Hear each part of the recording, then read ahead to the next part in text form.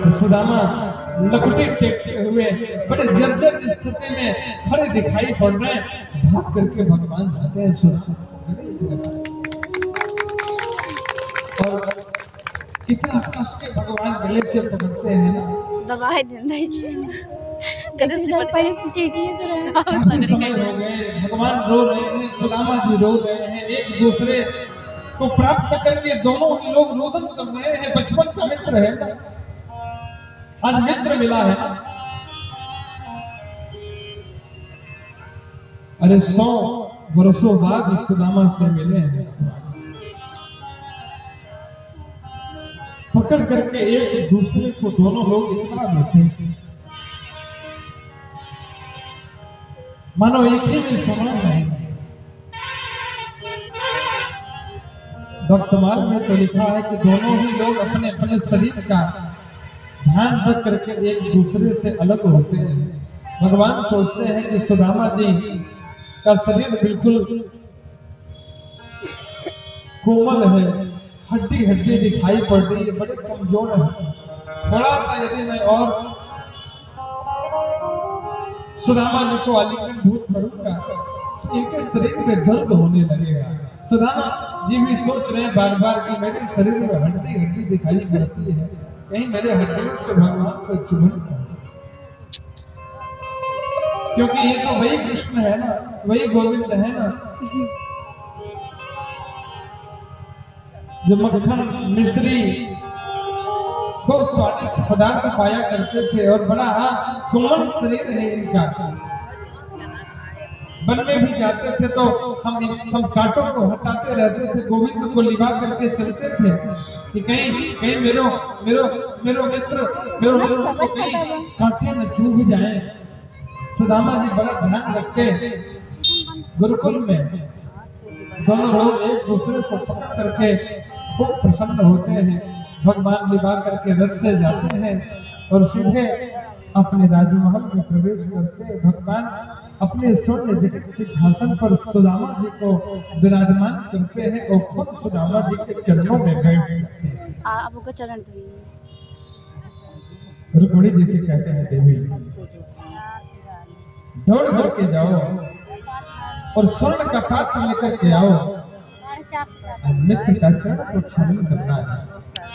देवी ऐसा ये ब्राह्मण है ना, ऐसे ब्राह्मण पे तो मैं कोट बार जाऊं फिर भी कम है। सुदामा जी ये वाला कथा बंद करा वाला चरित्र नहीं है और उनको मालूम है करेंगे कैसे भी नहीं। इतना प्रेम करते हैं कन्हैया से सुदामा। एक दिन आश्रम में सांदीपनी मुनि के यहाँ दुर्वासा जी आए। सांदीपनी महाराज की पत्नी से गुरु माता से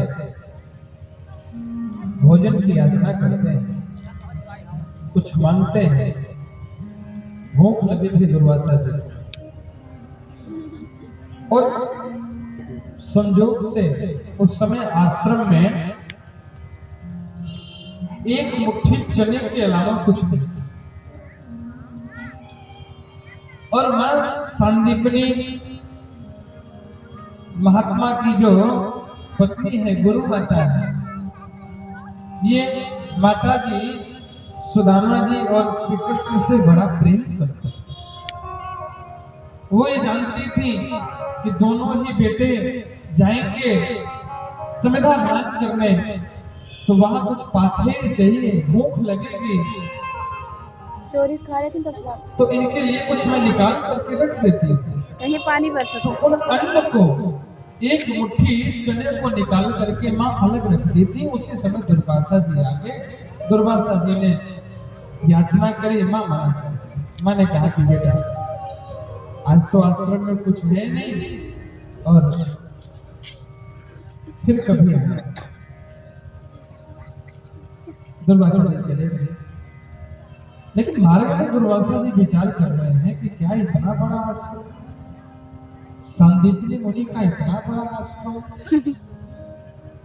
और क्या एक व्यक्ति के लिए अन्न नहीं हो, ऐसा संभव है?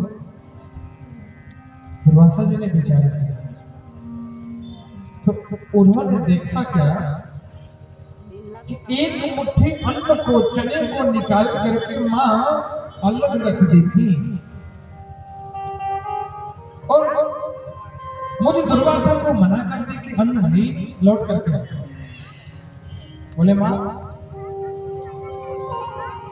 आपने मेरे साथ पक्षपात किया, आपने मुझे अलग नजर से देखा।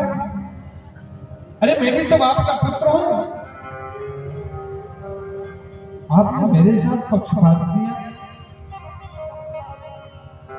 उन जनों को आप अपने पुत्रों के लिए रखा, मेरा भान नहीं रहा, मैं भी तो आपका पुत्र हूं। अरे उनमें से थोड़ा ही निकाल कर लेते थे।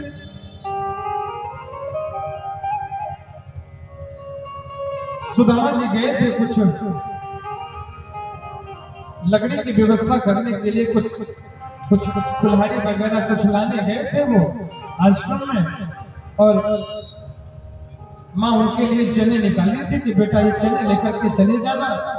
और सुदामा जी जैसे ही आए, उतने में दुर्वासा जी ने साफ दे दिया, तो जो उस चने को खाएगा वह आजीवन दरिद्रता को खाएगा। और सुदामा ने उस साफ को सुना। सुदामा जी ने कहा कि इन चनों को गुरु मां दे रही है पानी के लिए, मैं ब्राह्मण हूं, वो मेरा मित्र क्षत्रिय है,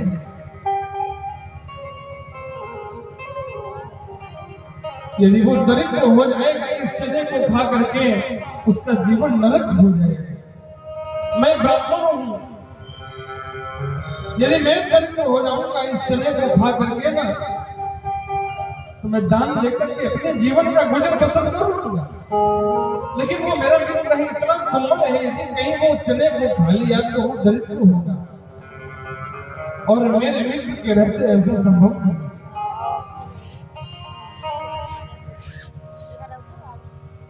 सुदामा जी उन चनों को लेकर के जाने लगे। मार्ग में सोचने लगे, यदि मैं इन चनों को कौवों को खिला दूं, चील को खिला दूं, कदाचित ये भी ठीक नहीं है। यदि मैं इन चनों को वृक्षों में डाल दूं तो सारे चने वृक्ष सूख जाएंगे, क्या करूं? मैं गोविंद को भी दे नहीं सकता।